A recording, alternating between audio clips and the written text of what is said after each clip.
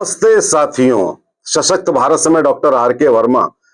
अंततोगत्वा 11 साल के बाद मैं सरकार को धन्यवाद देता हूं कि शिक्षा में एक रिफॉर्म लाया गया, एनसीईआरटी का कोर्स बदला गया और इस देश में आजादी के पहले से लेकर आजादी के बाद तक जो एक षड्यंत्र किया गया, मुगलों को महान बता करके इस देश में गजवाए हिंद स्थापित करने के लिए, इस देश को इस्लामिक मुल्क बनाने के लिए, उस ओर उसके विरुद्ध एक कदम ये उठा कि इन मुगलों को बर्बर कहा गया, महान नहीं कहा गया और बहुत सारी और करिकुलम बदले गए। वरना उसके पहले साथियों क्या होता था कि हम लोग जब छोटे थे तो सोमनाथ का मंदिर लूटने वाले महमूद गजनवी तक को महान कहा जाता था। मुझे याद है, कहा जाता था कि देखिए कितना बहादुर था, 17 बार उसने आक्रमण किया, तब 17वीं बार वो सफल हुआ। बच्चों को ये प्रेरणा दी जाती थी कि देखो इतने बहादुर बनो जैसा महमूद गजनवी है कि 17 बार हारी नहीं मानी उसने। ये कहा जाता, ये पढ़ाया जाता था साथी। और बाबर, अकबर, औरंगजेब, इन सबके बारे में क्या क्या चीजें कही जाती थी। अकबर को महान बताया जाता था।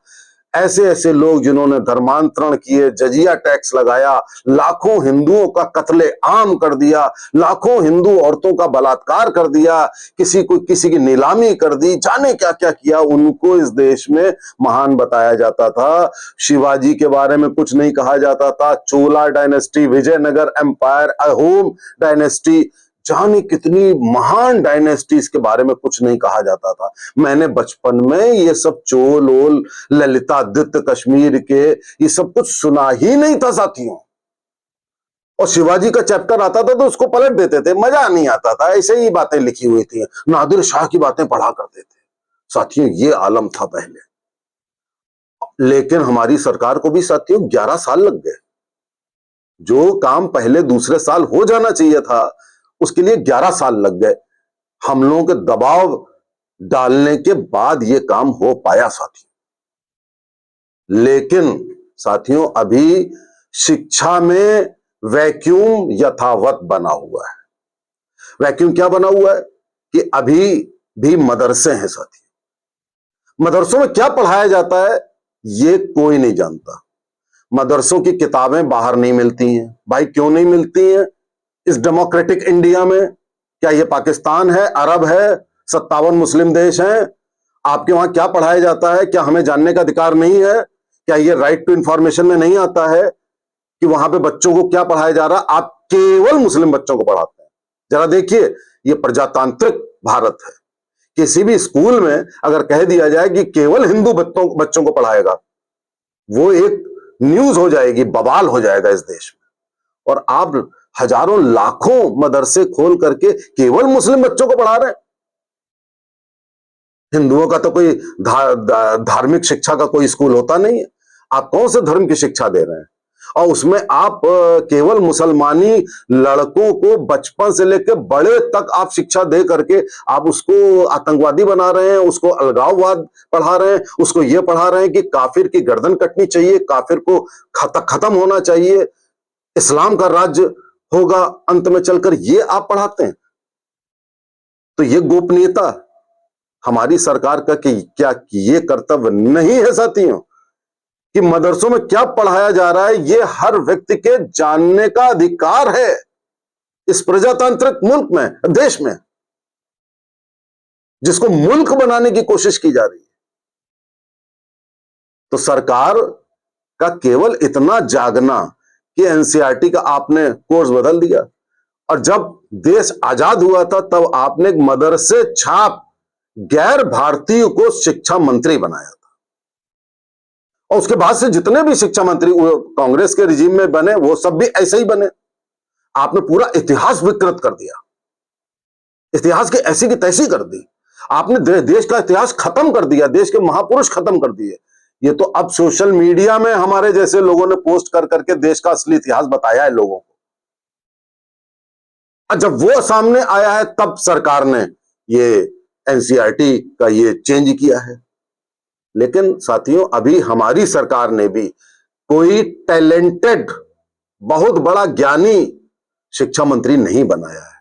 अभी हमारी, देखिए मैं संघ बीजेपी का सदस्य, सक्रिय सदस्य होने के बावजूद भी जहां पर इशू बेस्ड आलोचना होती है वो मैं करता हूं, वो मैं कर रहा हूं कि अगर देश की शिक्षा नहीं बदलोगे, क्या बच्चों को सिखाया जा रहा है ये नहीं बताओगे, जैसा मदरसों में किया जा रहा है, तब तक देश बदलेगा नहीं। 11 साल के बाद अब एनसीईआरटी का पाठ्यक्रम बदला है। इन 11 सालों में या इसके पहले 100 सालों में उन बच्चों ने वही सीखा जो उनको सिखाया गया कि बाबर का बेटा हुमायूं, हुमायूं का अकबर, अकबर का जहांगीर, जहांगीर का शाहजहां, शाहजहां का औरंगजेब। कितनी जल्दी मैंने बता दिया। अभी मैं शिवाजी के बारे में नहीं बता पाऊंगा, उनकी मैं लीनियज नहीं बता पाऊंगा।